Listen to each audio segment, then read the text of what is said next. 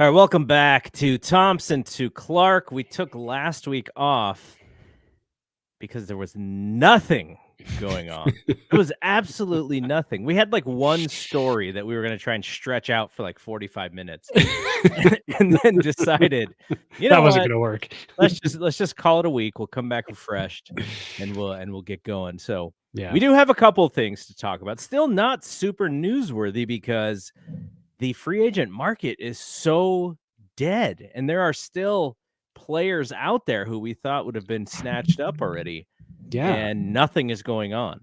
Well, that and the trade market. I mean, big trades just happened a little while ago before we hit the air, but other than that, I didn't even see it. What was it? So Jorge Polanco from the Twins, second base, is going to the Mariners. Back to the Twins, our good buddy Disco. He's now a Twin. So he was a Giant, then a Mariner, then a Twin in the span of like a couple of weeks. And a couple other prospects. So not like a huge deal again, but Jerry DiPoto he likes to just make deals. So Yeah. He's out there going, hey, nothing else is happening. So I'm surprised he didn't trade. He didn't trade back again with us. Like, I'm surprised we didn't get Disco again. Yeah, exactly. Hey, here's Disco. We'll take this guy. We'll take it. I mean, just spur something, get something going. But oh my gosh, things are just. I mean, it's Major League Baseball just kicking themselves like for no reason. Force some of this stuff to happen. People are not talking about baseball right now. I mean, they're not going to talk about it anyways, more than likely, because of the NFL is so hot. But man, spring training is in like a couple weeks. Like, what are we doing? 16 days. The Giants pitchers and catchers report in like 16 days, I think it is. I mean, that's how insane this is, that we are just over 2 weeks away from pitchers and catchers reporting, and we still may have some pitchers we're signing. So this is, kind of the deal that's going on right now. And Matt Chapman's still out there, and so many top free agents are still out there. Cody Bellinger. I mean, my gosh, he's one of the prize players over this offseason. I can't believe he's still sitting out there. That's crazy. I mean, there's even someone who's been tied to us in a bunch of different rumors. Matt Chapman is out there. I heard Justin Turner is about to supposedly make his decision. Like, I don't want to read somebody is supposed to make their decision soon. That is not a story. That's the absolute worst, because you're sitting there going, who's going to make a decision? Justin Turner? I don't think that many people care. That's why they put it out there. It's because they want more people to go, oh yeah, Justin Turner. We need to fill a right-handed DH. I forgot the bearded Muppet is still out there, so I don't know. But I mean, that's the whole thing. Is it's so bad that even John Morosi like tied Justin Turner to us because he's a corner infielder. I mean, the guy played 48 games in the corner last year, and 41 of them were at first base. So what kind of corner infielder is that? We're not looking for a guy that can play 7 games at third base. It's certainly not what the Giants are looking for. We already have DH, right-handed. Like, I would expect Wilmer to take the majority of the bats at right-handed DH. He can play some first base. If he's playing anything other than first base, we're in big trouble, as we've talked about over the last few years. Oh yeah, as we've seen. As a right-handed DH, great. He's gonna hit 280, and he's gonna hit with a little bit of power. And as a first baseman, sure, against left-handed pitching, not terrible, but yeah. So I don't understand where Justin Turner would fit unless they got rid of some right-handed hitting and they needed a bat for like a DH. So I mean, you can go Chapman and Justin Turner, and then trade away JD Davis. I mean, you could do something like that, but again, you'd have to get a fairly decent return for JD Davis too, because but I think, I mean, Justin Turner has a better OPS plus than JD Davis, has more power. But again, it's the same guy with a tiny bit of an upgrade, but JD Davis can play defense. So I'd rather have Chapman and JD Davis at third. And JD Davis comes into spell, plays some DH, does some different things. Because then when he gets cold, you get him out of there. And I think Melvin's going to have a better feel for that this year. should we subtract from OPS for the fact that he's also a dirty Dodger? Yeah, that's that's the other thing too is Like, I should be like minus yeah. 200 OPS just for being a dirty Dodger. I mean, we've dealt with Jock Peterson and then Ross Stripling. How many more ex-Dodgers do we need, man? I think we're good. How'd you like Ross Stripling going, "Hey, guys, I have a new pitch. It's called the death ball." That is probably the greatest thing because it reminded me of Ricky Vaughn naming his pitches. Hey, if you get a piece of this, you get to name it. I mean, that's he's out there naming pitches. He's throwing a slider that drops. I call it the death ball. The problem with it being the death ball is it could be either be the death of the hitter or the death of our team because he's giving up home runs. Yeah. So I don't know. Well, Ross Stripling is one of those I'll believe it when I see it things because he was so average last year, and I know they expected a little bit more. Maybe they shouldn't have expected a little bit more, but he was in kind of like he kind of did sucker the Giants into that option deal, though. I always try to give players the benefit of the doubt in their first season in a new organization, new city, all of that stuff. So I expect better things from players their second season in. I mean, Bonds was just Bondsy in his first season in San Francisco. But again, he also grew up there too, so it's different. But you don't get that very often with a player in a new ballpark, a new city, and all of that stuff in their first season, just going crazy. So Stripling, I mean, he was all right. He showed some flashes here and there. Be interesting to see what Bob Melvin decides to do with him. I mean, obviously he's going to have to try to be a starter at the beginning of the season with Cobb and Ray down. So it'll be interesting once those guys come back, if they're healthy. I mean, that's the other thing too. We're talking about a hip surgery for Cobb. Are you super confident that he comes back in like April and May and is just like lights out? I'm hearing June. Like I saw something today that said June possibly. Yeah, see that's what kind of makes it tough. And then Robbie Ray, we're talking about July. We did get tickets for some July games. Yeah, maybe we'll get to see him pitch. But it's before the All-Star break. So oh, that's right. That's right. They keep saying like right after the All-Star break. I can only hope that it lines up that the two games we go to back to back in July are Webb and Harrison. That'd be awesome. That would be fantastic. So also the Giants have lost some pitching. Obviously, they traded DeSclafani, Sean Manaea. He left. Junis is gone, and Alex Wood always up to no good. Who signs with the Oakland A's? That almost never happens. That has to be one of those things where he signs and he says, "All right, guys, I'm getting this nice-ish deal. I fully expect to be traded before the trade deadline and end up somewhere else on a contender. I'm going to bring you back some prospects, but in return, you're going to give me a little bit of cash here." So yeah. And the ability to start, because last year Gabe was like, Wood, you're coming in like the third inning. That's the other thing too, is I think the Oakland A's are going to give him that chance to start. What was his deal? While you're looking it up, yeah. Did you read Ken Rosenthal's piece on the Oakland A's that was in the Athletic this week? No, I have not gotten to that yet. So here's the best thing about it. Is it sad? Well, it's sad because he just doesn't think that they're going to make it work. He's like, they have so many things working against them here. But Dave Cavall, the president of the Oakland A's, and a gentleman that I spent a couple of hours with watching a baseball game in his luxury box. Yeah. He said they were going to get up to average payroll when they were in Las Vegas.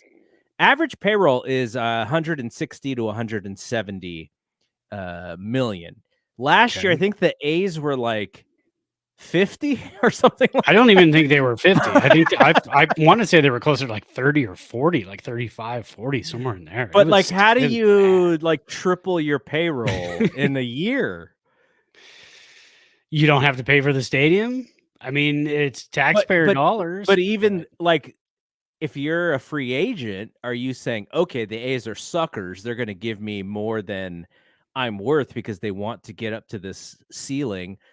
Or they're just going to go, oh yeah, we have these young players and we're just going to extend them for good money before they, which is not what they do usually. They wait until the end, and then they trade him. So I just found that fascinating. Like, if you're an Oakland A's fan, you're like, why didn't you get up to average payroll when you were in Oakland? Like, what? Yeah. Like, and just the fact that Oakland is in the 10th rated media market, and when you go to Vegas, it's like the 40th. Yeah. Which is kind of interesting. It's a touch higher than Reno. I mean, and Reno is like, it was 100 and something, and I think Vegas was a little bit higher. But yeah, why not do that when you had Chapman and Olsen and Semien? I mean, you had all-stars. You had players that could help you win. And if you win, what do? You draw more fans into the stadium, even though it's a dump. But still, slap in the face, man. Just nothing but slaps in the face to Oakland A's fans on the way out. Yeah. I have a buddy who he plays in our football and our baseball fantasy leagues, and has for years. I used to work with him, and he retired, but he's a hardcore A's fan, and so I asked him a couple weeks ago. I was like, "So what do you do now? Do you he lives here in Reno?" I said, "Do you follow them to Vegas, or are you a fan while they're in Vegas and everything else?" He goes, "No, I'm a Diamondbacks fan." Oh, He wow. goes, I'm a Diamondbacks fan now because we have the Reno Aces here. And he goes, I bought season tickets, so I'm going to all the Aces game. I'm watching these guys come up, become Diamondbacks. I like the way they run the organization. And he was an A's fan since, like, he used to talk about the A's in the 60s and how great they were when he was a kid. So that's how bad it is. We have A's fans that are turning their back who have been A's fans for like 50 years. So they're just ruining that organization. At that point, you got to change the name of the team. I mean, if you got to go down to Vegas and just change it all, just start all over, because that's the other thing too. Now you have this stigma tied to the organization with the name of the Oakland A's or the Las Vegas Athletics. You got to change it. You got to change color scheme. You got to change everything. There's no way you can carry all that with you. Did you find Alex Wood's deal? No, I didn't. I'm not. Nobody. Maybe they don't want to announce it. Yeah, I didn't see a number, so I was kind of surprised that you had it. Yeah, I keep looking. It just says he's going to. He's signing with the A. So maybe it wasn't officially even announced. Yeah, yet, maybe they haven't even. Yeah, it's just an agreement. Yeah, I'm gonna look it up in Spot Track because. All right. So what we're gonna do for the rest of the show, we got a couple different things we're gonna talk about. First is based on what we've been talking about, where the Giants are gonna have to pick up some innings here. And they're going to have to do it with young pitching unless they sign the guys that we've been talking about, Blake Snell, Jordan Montgomery, guys like that who are out there still. We've been talking about this. Spring training is right around the corner. All of these guys are still unsigned. And you know what's going to suck is it's like, oh, yeah, Giants signed Jordan Montgomery. And he's like, oh, I need to get into shape. Yeah, exactly. I haven't been throwing. Why haven't you been throwing, man? That's gonna suck. So we're gonna talk about Kyle Harrison because I'm kind of interested. I'm starting to see, like, last year we were so excited when Kyle Harrison came up, but also he came up, but they did not really let him loose. Like, that wasn't the reason for bringing him up. It wasn't to just kind of let him, like he started 7 games. His average start was under 5 innings. We kind of knew that was going to happen. His strikeout was, one strikeout per inning. But it's a little mind-boggling to me that you take a kid who threw 34 innings in your in the big leagues, but they also really tried to make it as if he wasn't going to overthrow. He wasn't going to throw too many. They were sort of bringing him up in this way to make sure that they took care of him. And I'm going to look up his minor league stats here for last year too, because he did throw 34.2 3 innings with the big club, and he threw 65.2 innings, 67.2 innings in the minors. So still barely got over 100 innings last year. And so you're telling me, Giants, that this kid who threw barely over 100 innings, and that would have been the most innings that he's thrown since, I guess he would have thrown 113 the year before. So that guy is going to be throwing big innings for the Giants this year, because I read that he had talked to is it Price? That's the new Yeah, pitching Brian coach? Price. Brian Price. He had talked to Brian Price about getting upwards of like 115 to 120 pitches per start. And this is a kid who wasn't even allowed to throw 80 last year. Yeah. So that's kind of crazy to me.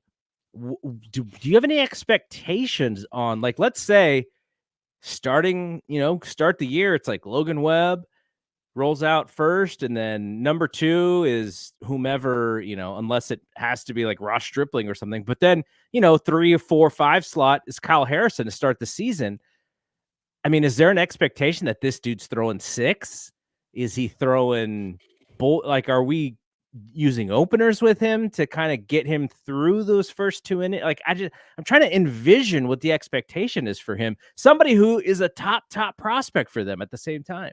Yeah, that's the whole thing too. Is I wouldn't push it above 150 innings in terms of expectation, and that's what they're talking about also for Jordan Hicks. 150 innings on the season, but you're talking about Jordan Hicks possibly in the bullpen the second half of the season. I mean, I don't even know what to think yet with Kyle Harrison. That would be like 30 starts, 5 innings a start. That would get you to 150. Yeah, that could get you there.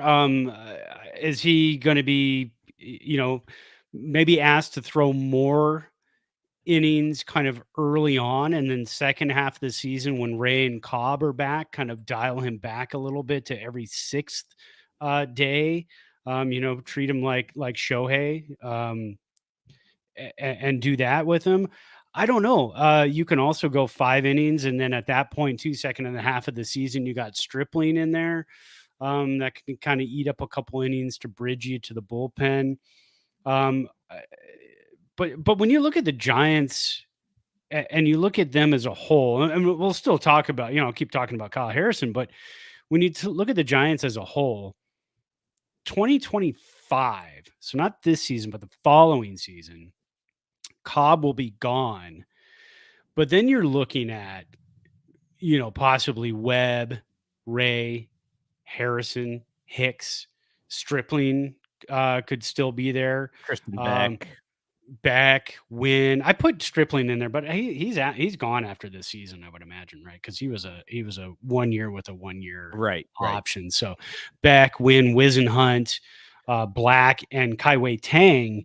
So some of those guys could also come up and eat some innings this season because they're on the 40 man. I mean, we know Beck and Wynn, we've seen them, and we know what they can do. So that's not a gigantic issue. So I think the Giants can kind of play with that, and they can get to Harrison to 150 without having to do the shutdown. That's what I always fear is the, Giants are in the hunt and all of a sudden it's August and we're talking about a young pitcher and having to possibly shut him down. Strategically what they could do, because of, like you said, they don't get Ray and Cobb until later in mid-season. Right. Maybe you just go gangbusters with Harrison with the idea that you throw him early in the season, and if he gets a little burnout, you can put him on a little bit of a vacation because you are getting arms. And so, maybe he takes like a 2-week break, or maybe he throws a few bullpen games where he's only throwing 2 or 3 innings, and then you kind of save his arm a little bit and then build him back up as he feels better. They could do something like that. I just don't know the strategy or the science or whatever behind doing something like that.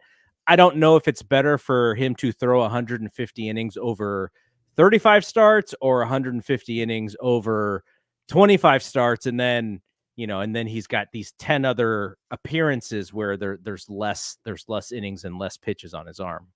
Well, I know everybody's going to laugh at me, but I mean, if the Giants can sneak into that final wild card spot, then what do you do with him in the playoffs? See, and that's the thing too, is back in the day, our expectation was, you get a guy, he can throw 200, 250 innings, maybe even 300 if he was a Steve Carlton. I mean, he could go. Yeah, Randy Johnson. Randy Johnson, 250 to 300.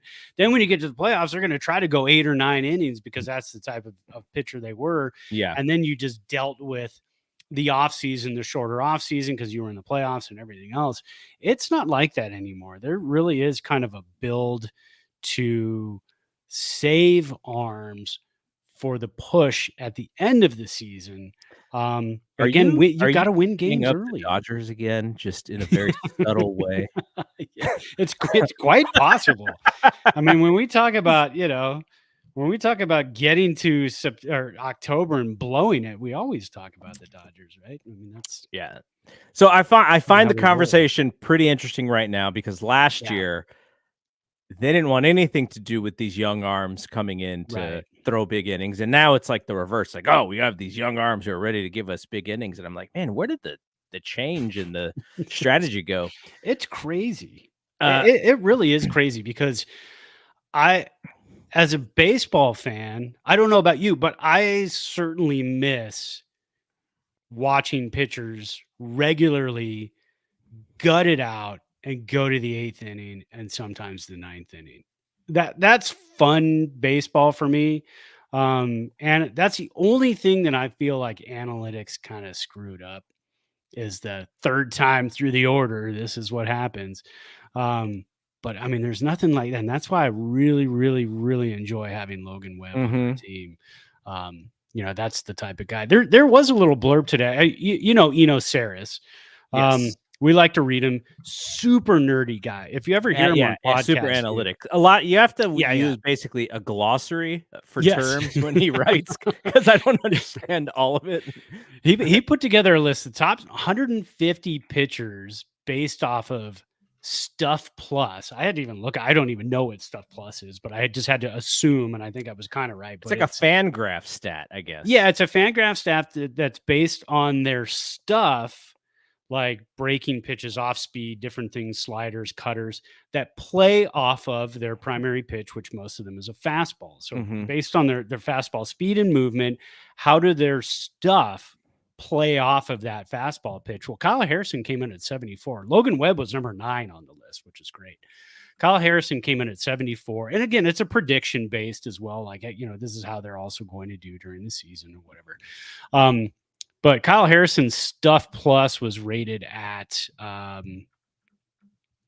89. And just to give you some comparison here, Logan Webb's was 116 in the top. Spencer Strider is 132, which is pretty high. Again, these are all new things to us, but I'll read you the parts that aren't nerdy. So basically he talks about, he has a 94 mile an hour fastball with 2 plane movement from the left side, means that Harrison's fastball is above average. His Stuff Plus says it's his only above average pitch, and batters seem to agree, as they've slugged 500 plus on the rest of his offerings, while the 176 batting average and 379 slugging off the fastball are both good numbers. So it kind of is basically saying, like, he's got to throw the fastball. Fastball kind of has to be the out pitch. And we knew that too. We know he's got a nasty curveball, big old slider, all that other fun stuff. He also says maybe converting the slurve to a sweeper could make it work, but you're probably asking for a new pitch for him to break out. That's something to look forward to in the spring, to kind of see if he reinvents himself just a little bit to deal with the stuff not being super fantastic. But his location plus is a 98 and his pitching plus is a 97. So take that for what it's worth. It's nerd talk. We have fun with it. We don't fully understand all of it, but that's part of the game that I like what analytics have done, and that's kind of given us more deeper things to look at. It also helps us in fantasy, believe it or not, because we look at some of this nerd stuff and go, hey, man, here's a guy to pick up. His Stuff Plus is ridiculous. So. Yeah, Logan Webb is a good fantasy pickup because he throws a lot of innings, and by throwing a lot of innings, he's generally going to get strikeouts too, just because nobody throws lots of innings anymore. Yeah, for sure. For starters, at least. Obviously, right. Relievers can rack up the strike zones or the strikeouts as well. Okay, so we have 2 things that we're going to talk about here. One is our Bitter Giants fans segment, in which we usually have fun with, though I'm not sure the Dodger fans see us as having fun with. Sometimes they can get really mad at us. We're going to have fun with this. I guess it's It's a giveaway that the Giants are doing. First 15,000 fans on June 30th when they play the Dodgers will get Mickey Mouse ears. We'll talk about that, and then we're going to do something that I started last night on We Want Winners after the 49ers beat the Lions, and so many lucky things had to happen. Hey, that's football, man. I tell you, as a rant, that's why I told you right after. I said you got to be lucky. I mean, you cannot win championships with some luck sprinkled in there. I know with the Rams on their Super Bowl run. I mean, God, they're flip the switch one way and it ends, and you're not even there in the Super Bowl. So, yeah. And so what we're going to do is at the last segment of this show, we're going to relive a season through a player's eyes of our choosing. And the whole key to it is you have to take everything. So you could say, oh, I want to relive 93 Bonds. It's like, okay, that's one of the greatest Giant seasons of all time. But then you have to lose to the Dodgers in the last game of the regular season and miss the playoffs. So you got to deal with that. So we're going to do that at the last segment. But before we get to both of those, real quick, we'll do the what are we drinking today? I've been, not that Reddit is necessarily the best place for the greatest information, but I noticed on Reddit in the whiskey Reddit subreddit, a lot of people really like that Jack Daniel's Bonded.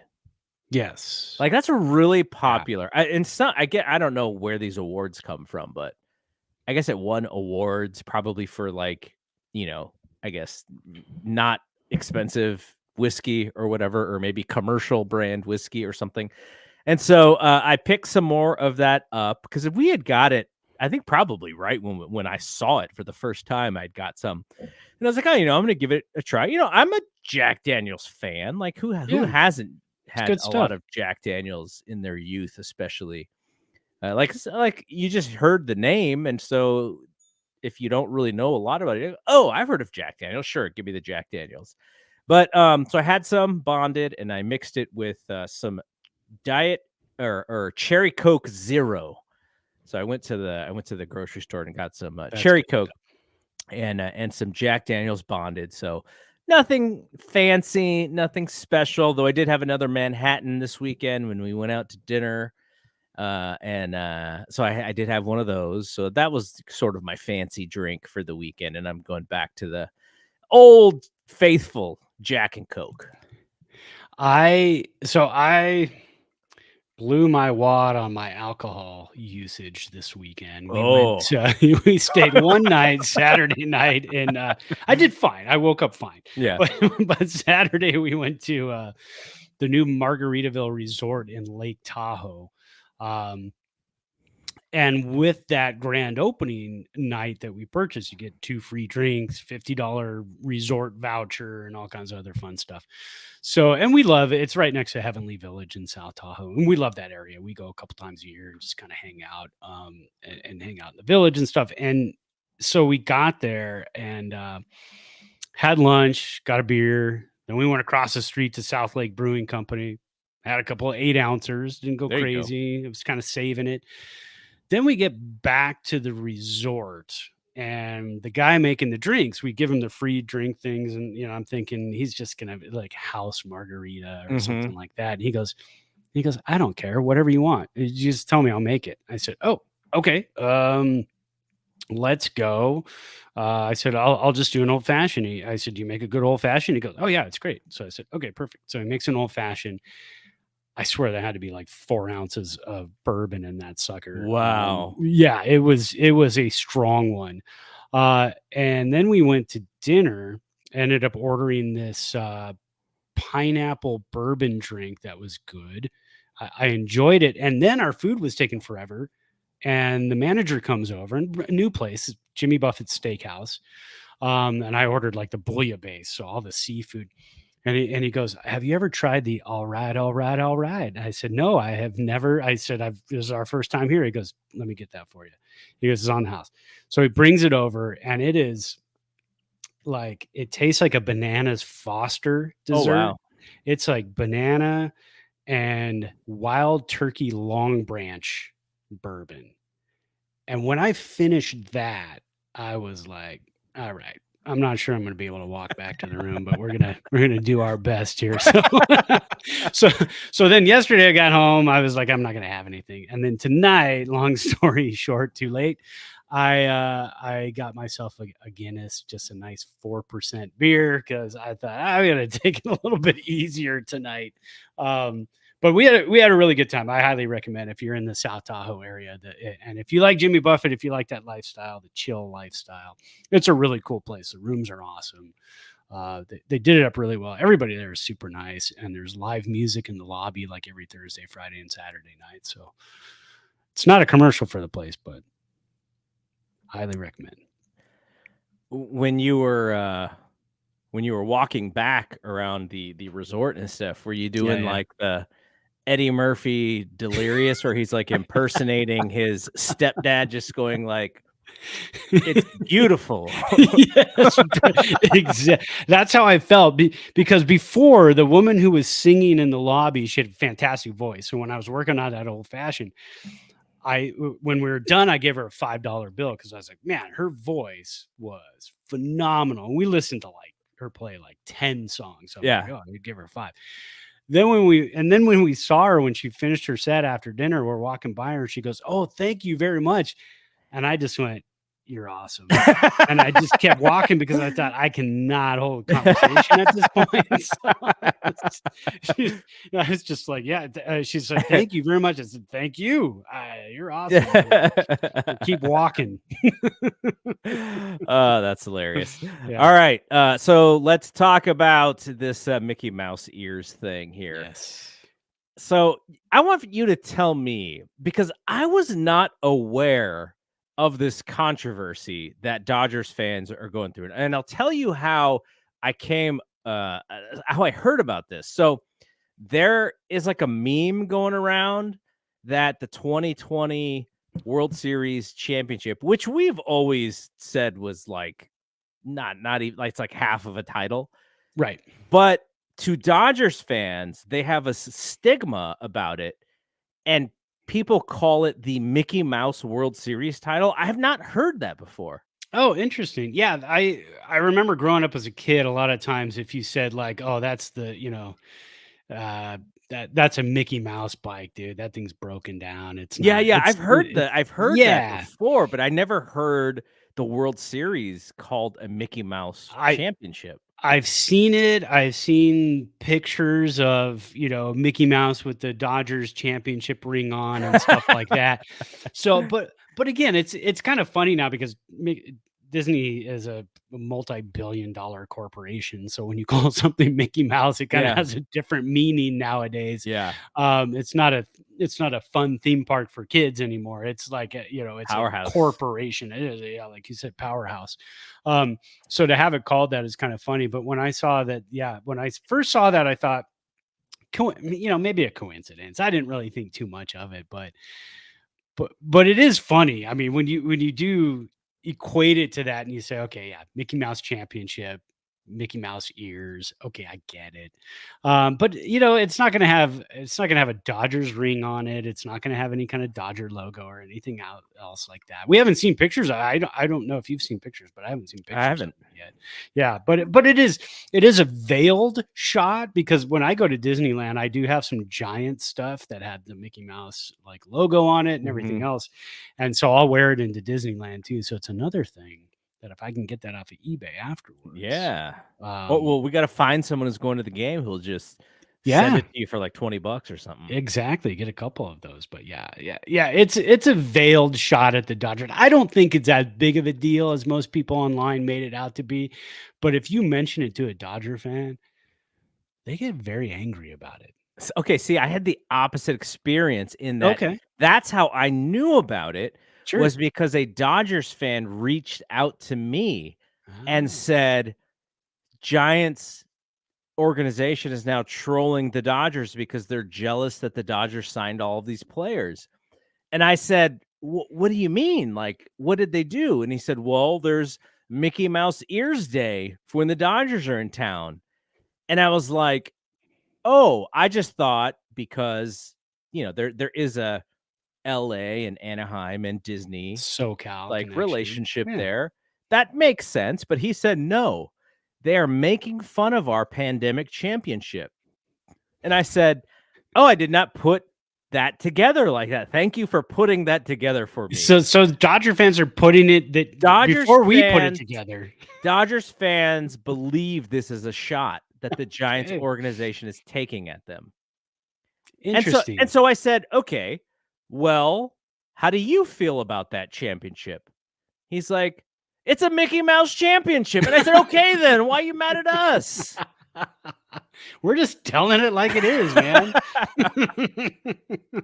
It's a half a championship. But you know what? I guess I didn't realize that Dodger fans sort of feel that one doesn't really count. Like they want a real one. And that's what is so 100%. frustrating for them is that they have the best team going into the playoffs and then they can't get the job done.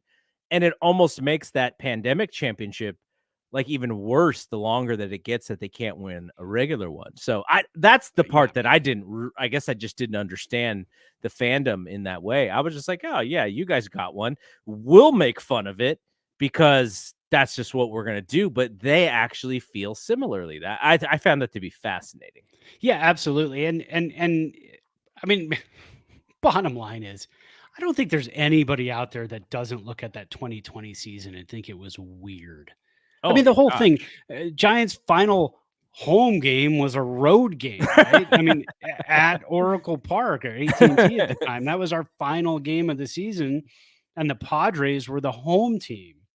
Wait, we didn't have fans back yet, right? It was just and the cardboard cutouts. Yeah, cardboard cutouts and no fans and 7-inning games, and Bumgarner throws a no-hitter and a 7-inning complete game, but it doesn't count as a no-hitter because it wasn't 9 innings. But even though it was an official 7-inning game, The mad bum. just the whole thing was ridiculous. And so it's a ridiculous ring, and it's a Mickey Mouse ring. The and Mickey that would have been amazing. Now, yes, Mickey Mouse rings. If the Giants would have given out Mickey Mouse rings, that would have been trolling 110%. Absolutely. I think, but that's the thing though. We didn't have any rings that we could give out other than, I don't know, the 3 from 2010, 2012, and 2014. But then we're going to do that because this is the anniversary year. 2014 team, of 2014. So there's probably going to be a replica 2014 ring giveaway one of the days. But that being said, I think also they want to give Giants fans, because I mean, Northern California, Southern California, lots of people from the Bay Area go to Disneyland. Yeah. So this gives them something with a Giants SF logo on it to wear right at the park in Disneyland, right in front of everybody's faces. I go to Disneyland, I'll wear a Rams hat. I see tons of Rams jerseys and everything else. But when I wear Giants hats, and you see a lot of people in Giants gear walking around, especially in October when we go for fall break, you see Giants fans in orange and black. And, we pick each other out in the crowd. So to have that extra something with Disneyland on it, with Mickey Mouse on it, is going to be awesome. Did I tell you I saw Barry Bonds at Disneyland one time? Did you really? Yeah. You can't miss that dude because it was the time in which he was still like a giant human. He's not like he's not normal size Barry like he is now. Yeah, but yeah, we were just at Disneyland and he was just kind of hanging out with the family. Cool. Not too many people bothering him either. So that was I mean, Southern California, they didn't want to get their asses kicked. Yeah, they didn't want to get mean mugged. I saw Jeff Samardzija there. No way. Another guy who will stand out in a crowd. I recognized him right away. But this was probably like 2 years after he pitched for the Giants, or actually it was a year after he pitched for the Giants. And I saw him, and I just kind of nodded at him, and he looked away. I don't think he didn't want to be recognized or anything else. And then the other famous person that I saw there was the great John Lithgow. Oh, wow. I think he was trying to hide because he was wearing a hat, but that guy is enormous. He's like 6'8". I mean, he's a big dude. He was wearing a baseball hat and a Hawaiian shirt. And I'm like, if you're trying, I mean, you're 6'8" with a Hawaiian shirt on, you're not hiding from anybody. So. Yeah.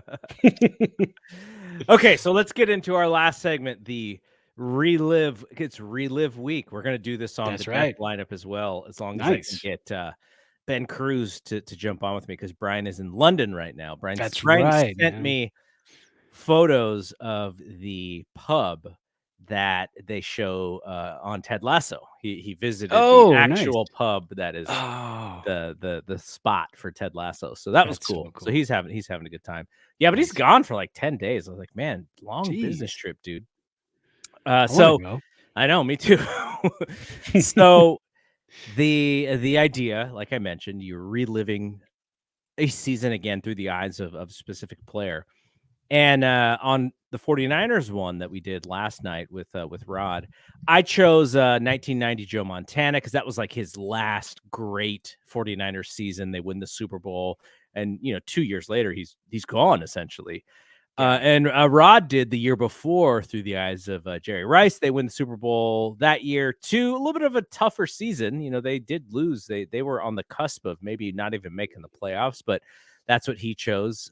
So we're doing this through the eyes of a Giants player, and I think you kind of had yours pretty much when I asked you, but you had to think through it a little bit to make sure you wanted to deal with Yeah. maybe not winning the World Series, and you had to be okay with that.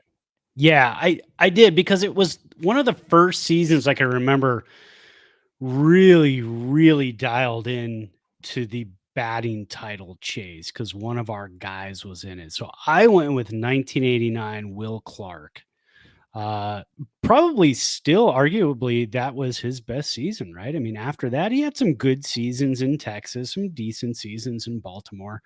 But that season, 1989, with the Giants, I think was his absolute best.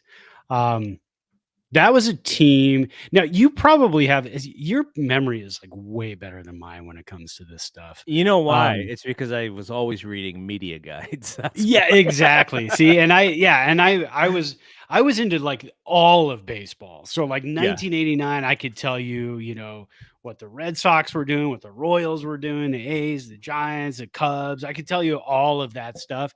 But mostly Giant stuff. But the opening day starters in 1989, you got Butler, Clark, Terry Kennedy, Maldonado, Kevin Mitchell, Rick Russell on the mound, Robbie Thompson, Jose Uribe, and Matt Williams. Mm-hmm. That wasn't the lineup, obviously, but that was your opening day starters. That was a fun team. Do you know who played the most games at third base that year in 1989? Let me think about this. This is a fun one. 1989. 89. Most games at third base. Oh gosh. Okay. I don't know, but I will say that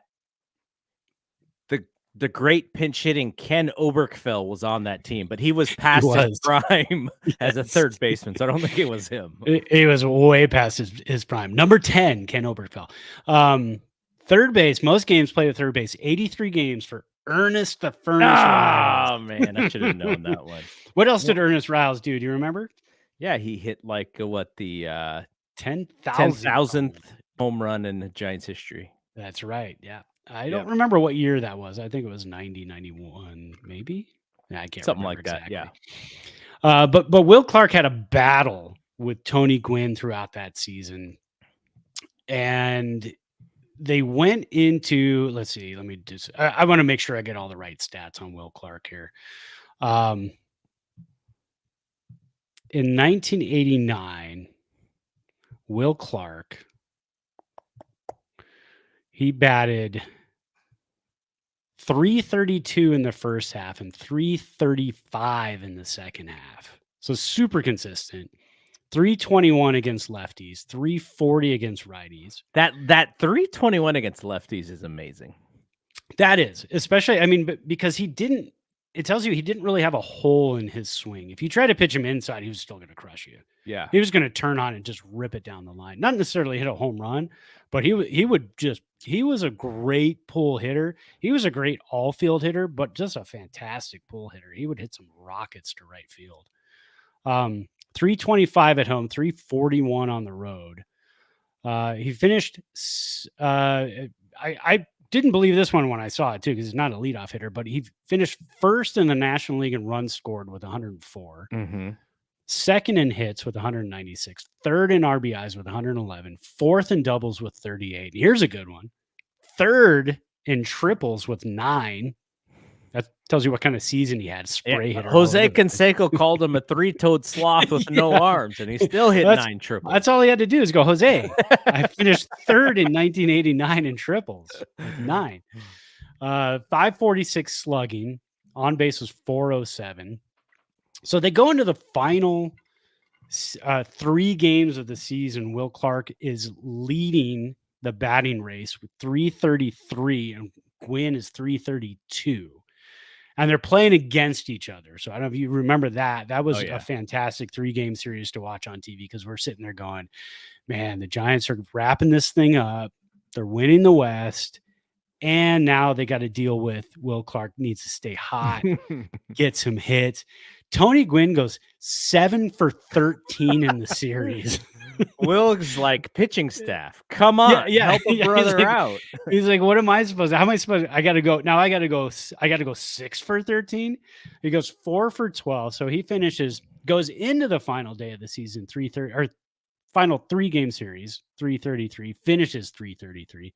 Gwynn goes from 332 to 336, wins the batting title, and of course the Giants go on to play the Cubs in the NLCS. I went to game 5. The Will Clark shot up the middle in the bottom of the 8th. I was at that game, left field bleachers. The place was rocking. I think it was rocking more than the earthquake. Honestly. I mean, it was insane. But that was the famous series where the game 1 in Chicago, he reads Greg Maddox's lips, or the pitching coach. I think he read the lips of the manager, right? So it's something about going to pitch him inside. No, I think it was Maddox, because they believe that because of that moment, people started shielding their words into their gloves after that moment. Yeah, that's right. And so game 1, he hits 2 home runs. He hits a grand slam and a solo shot, goes 4 for 4, drives in 6 runs, and then goes on the rest of the series. What did he hit, like 660? Him and Mark Grace going mano a mano in that series. Yeah, and that was insane too, because Mark Grace was up there in the season in batting as well. Sandberg had a great season, but Giants go on to win it in 5. And then on to the 1989 World Series. We know how that goes. First 2 games, sluggish, did not play well, go down 2-0 to the A's. Earthquake happens. What is it? 10 days later it resumes, I think. Long break. Very long break. And then everybody gets to go back to their number 1 and number 2 starters again. Giants just cannot even pull out a game. I had tickets for game 5 for the World Series. Oh, wow. Because that would have been in Oakland, right? First 2 games were in San Francisco.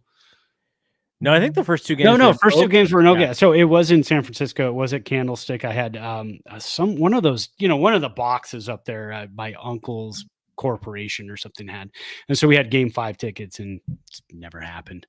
Yeah, but that was brutal. But great season by Will Clark. He ended up hitting on the season 333. Rest of the stats were just absolutely insane. 111 ribs. That was the Pacific Stock Exchange. Oh yeah, I had that poster. Yeah, I definitely. One of the fascinating stats. Okay, so you think about Kevin Mitchell. The Giants trade for Kevin Mitchell in 87. 87, right? He's like first game in Wrigley, 2 home runs, right? He's like a third baseman at this point, right? He's just like a third baseman who can't really play third base, and they figure out, that he needs to be an outfielder. So in 88, he goes to the outfield. And all of a sudden, he becomes like a home run hitter, like a power hitter. Then in 89, he's like, what did he hit? 47 jacks maybe in 89? 47. Yep. So he's the reason why Clark didn't win the MVP, because they had the top 2 guys in the MVP voting, and Kevin Mitchell wins. But in 88, Will Clark has intentionally walked 27 times. Jeez. In 89, with Kevin Mitchell hitting right behind him, he's only intentionally walked 14 times. In 88, Will Clark has 100 walks on the season. In 89, he only has 74. So you could correlate the 282 batting average in 1988 to 333. Not to say that it is solely because he's getting more pitches to hit. He was also on one. He also just had a better season.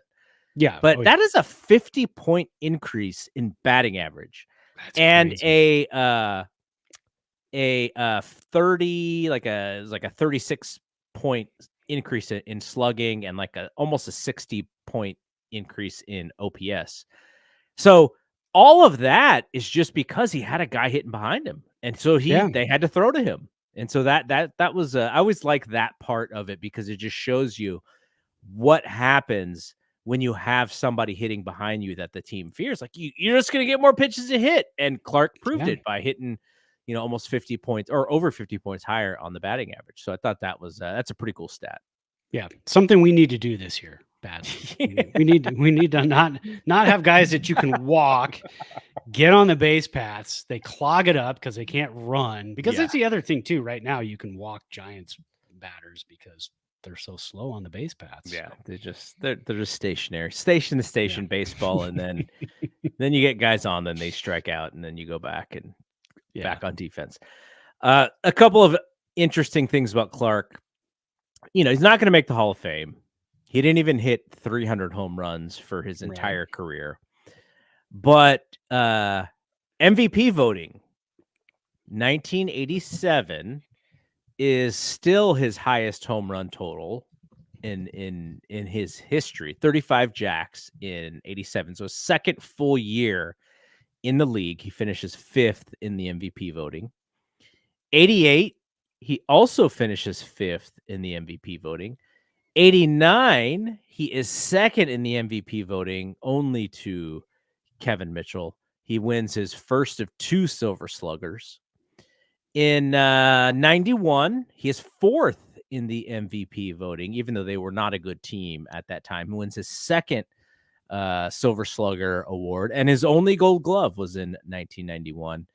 And then his 1994 year, which was strike shortened season, he actually finishes 15th in the MVP his first year in Texas. But I always look to that 1998 season that he has, because Clark goes from 29 jacks in 1991, and he doesn't hit 20 home runs for another 7 years. And all of a sudden in 98, now I'm not saying Will the Thrill was juicing.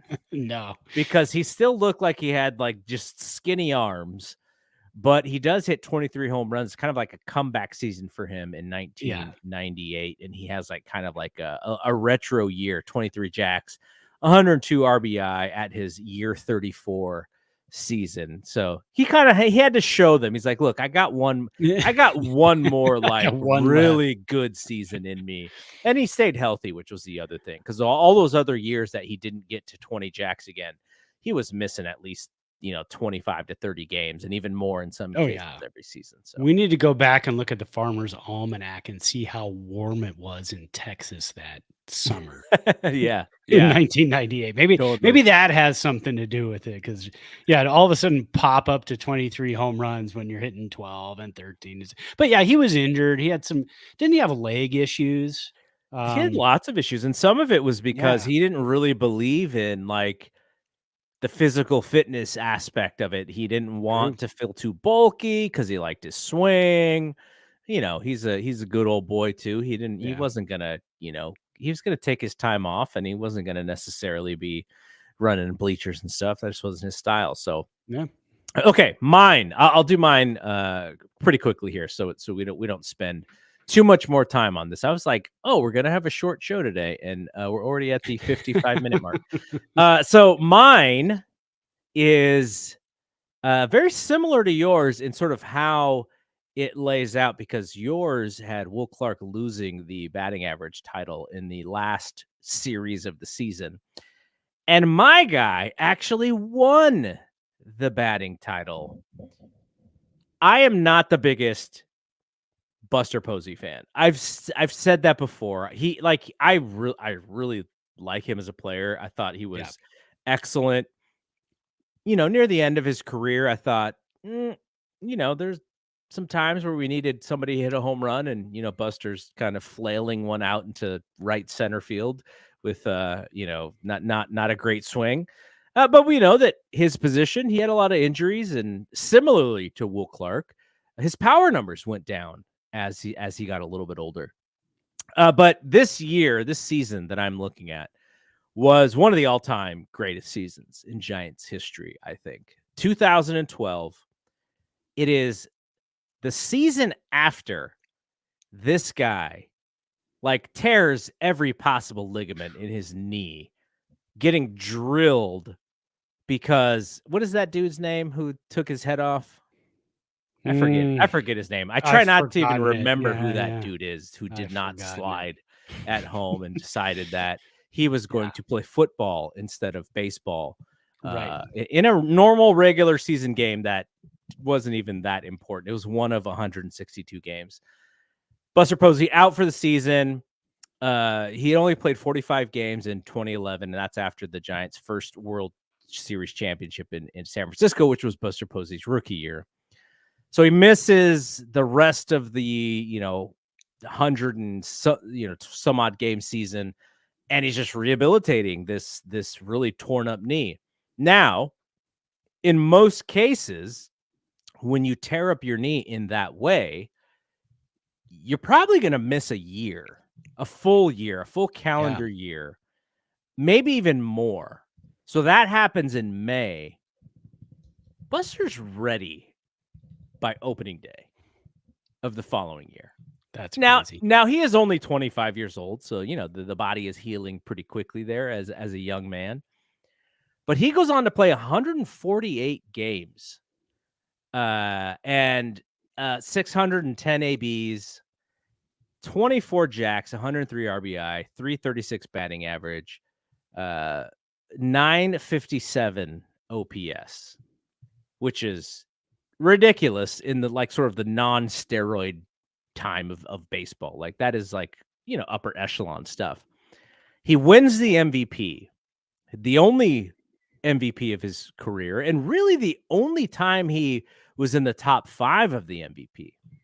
He was he finished 11th in the MVP voting his rookie year.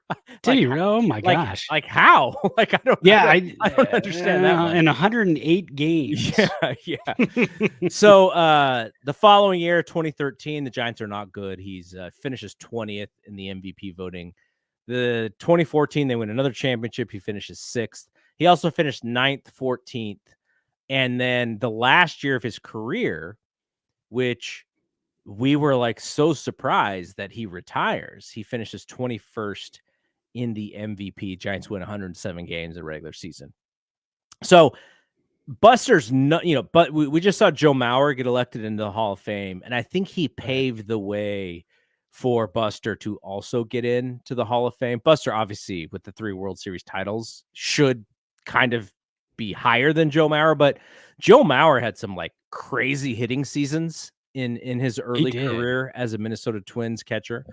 But the reason I think I picked this one, obviously they win the World Series. They come back in St. Louis, and then they go into, they have that Detroit series where Detroit's heavily favored. Everybody picks Detroit except for maybe one of the media. It was 30-1 or something like that when they're predicting the World Series. But also, I did get a chance to attend game 1, which is the Pablo Sandoval 3 home run game where Justin Verlander, you just see him mouthing just in disbelief that Pablo continues to go deep on him. So that season in of itself is pretty magical if you think about it. The way that they came back against Cincinnati down 2-0, the way that they came back down 3-1 against St. Louis. You had Rally Zito, you had Rally Enchiladas. That was a pretty special season. They were,